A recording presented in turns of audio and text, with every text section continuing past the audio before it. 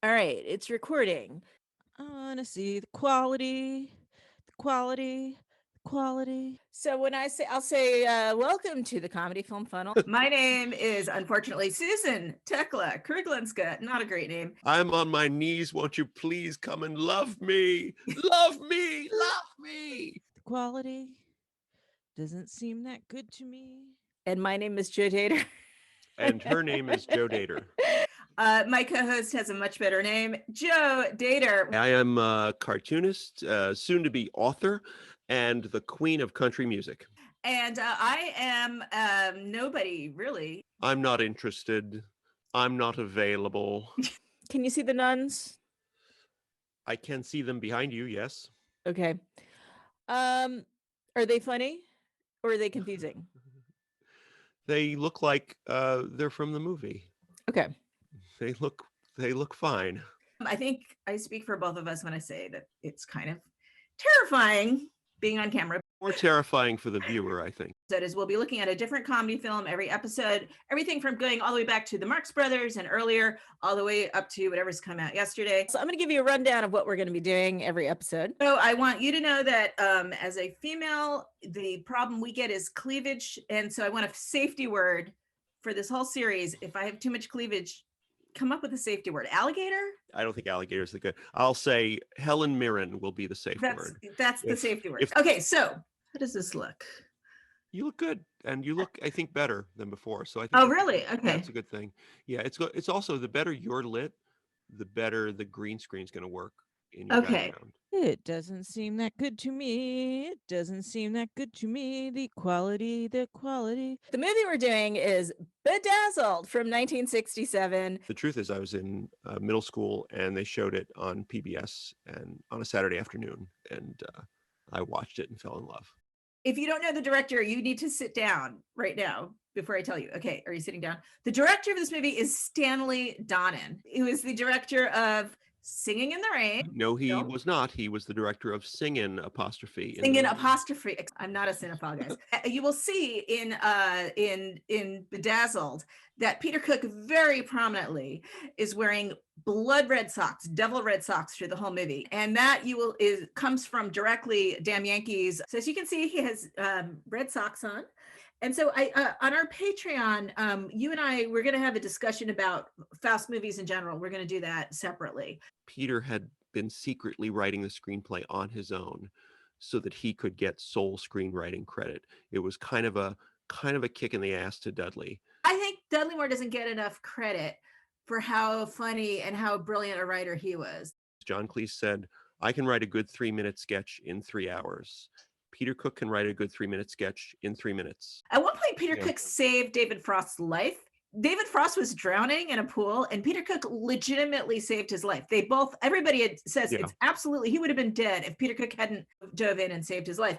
And Peter Cook jokingly always said that was his biggest regret. I don't think it was a joke. No, I realize now if I had been, age appropriate at that time, I would have been in love with Peter Cook. I would have been in love with that guy. Ooh, I'm bedazzled. There's a mirror and there's a pair of what are definitely stunt boobs. Off we go, sisters, leaping to the sky, nearer to heaven, let us fly. We've really demonized the devil, and it's a terrible injustice. I think this movie does a lot towards correcting it, to let you know that the devil is he's a sad person who is doomed to work in middle management. God's kind of an asshole, and God is portrayed as a real asshole. Yeah, he's very cold. He's a very cold God. Yeah, uncompromising. Yeah, not forgiving. I've always wanted to start a religion called the deathbed conversionists, and that's the principle of the religion is you're going to convert right before you die. That's all you need to know. That's your entire principle. So there's nothing else to know through your entire life. You never even have to address that this is your religion. It never comes up until. It's better than Satanism, I think. The movie's like a horror movie almost, like watching these two guys at the end of their friendship when they have all this baggage and clearly some anger towards each other. And Dudley did not want to do that.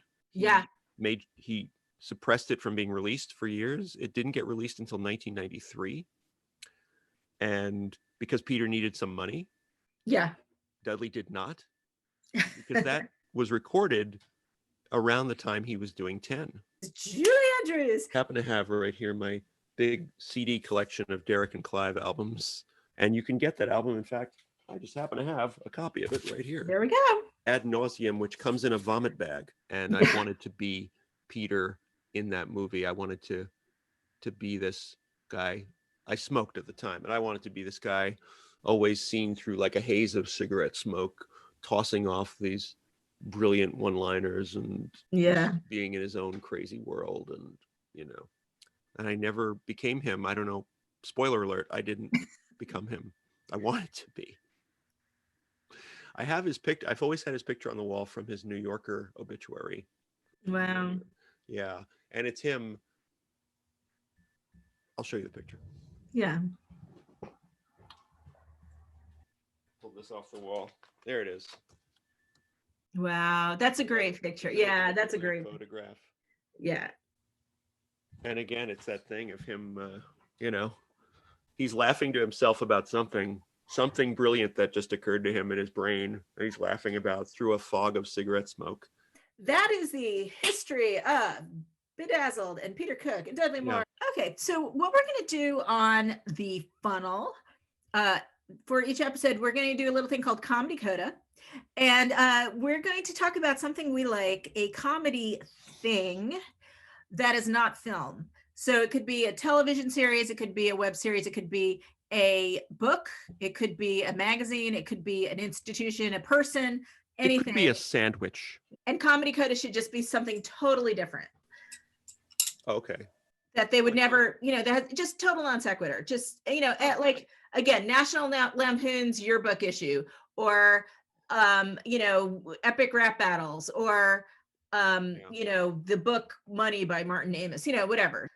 I was thinking of actually for my first Comedy Coda, if you don't mind, doing a cartoon, which is Crazy Cat, because I love Crazy Cat. Okay. These are original newspaper pages of Crazy Cat. Wow.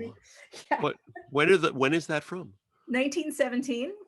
What I think I'm going to do on Patreon is I'm going to read you from those newspaper pages I have. There's an article about a famous record-breaking hen who laid 312 eggs in 1 year that passed away. It's like an obituary for this hen. I mean, was it all in one shot? Because that would kill a chicken. When I first discovered the tube bar, I thought it was so funny. I was in pain from laughing. Really? Can I speak to Al? Al who? I'll kill you. And then Red would call out to the bar, I'll kill you. Anybody here named I'll kill you? Whoever this was on the phone, he would start screaming and cursing and describing the violence he was going to do to them with apoplectic rage. And there's never been anything funnier. I'll say our next episode is going to be Cabin Boy, the 1994, whatever year it was, film by Chris Elliott. And I was thinking for an outro, like you were saying, I should come up with a whatever catchphrase kind of thing. I was thinking of something like, and remember, comedy is tragedy plus kittens. And then every time I say that, it's something different. I wrote up a bunch of them. Comedy is tragedy plus cowbells. Comedy is tragedy plus blow up sex dolls in need of inflation. Comedy is tragedy plus Julie Andrews being slutty. Comedy is tragedy plus additional tragedy. Yeah. Remember, comedy is tragedy plus me in purple lipstick. And then we're getting to say goodbye. And that's what we will be doing.